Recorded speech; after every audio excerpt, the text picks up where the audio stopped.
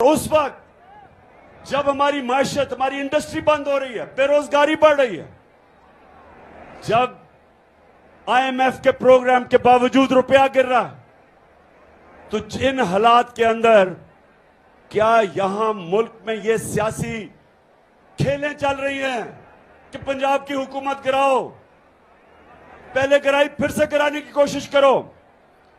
ये सिर्फ और सिर्फ जो हो रहा है, ये मेरी कौम की तबाही की तरफ लेके जा रहे हैं। आईएमएफ क्या कहता है?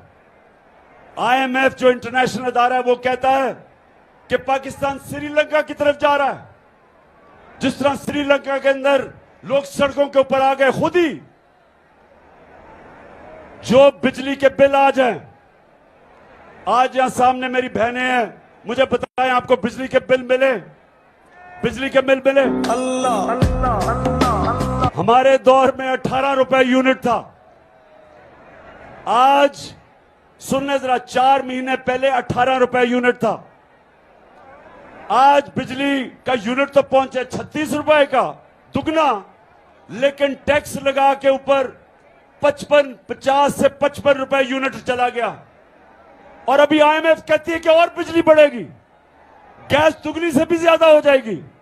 तो सवाल यह है कि जिस मुल्क को पहले तो साजिश करके चोरों को मुसल्लत किया, फिर माशी हालात तबाही की तरफ जा रहे हैं, और आज भी खेलें कोशिश हो रही है कि किसी तरह पंजाब की हुकूमत गिराई जाए ताकि वो जो लंदन भगौड़ा गया हुआ है वो वापस आ सके।